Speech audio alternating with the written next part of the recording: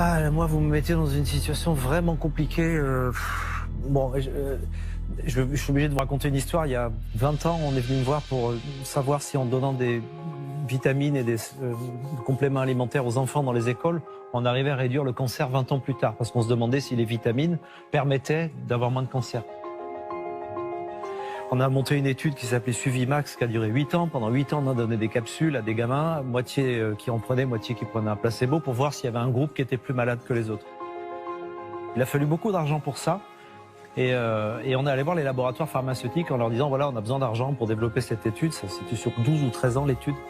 Et je me rappelle être allé voir le plus grand patron du plus grand laboratoire français en lui demandant 150 000 francs à l'époque pour financer cette étude. Il m'avait reçu dans son bureau avec des chaussettes en soie rose, je me rappellerai toujours.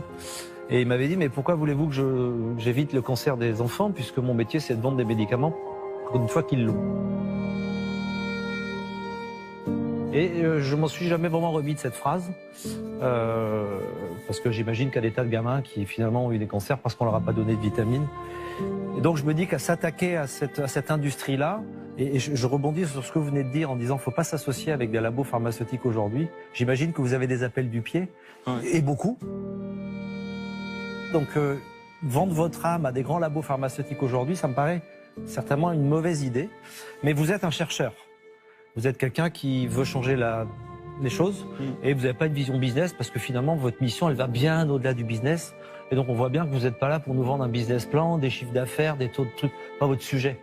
Donc il va falloir que vous trouviez des gens qui vous accompagnent dans cette mission et qui sont des gens qui mettent leur argent et leurs connaissances au service de ces causes-là.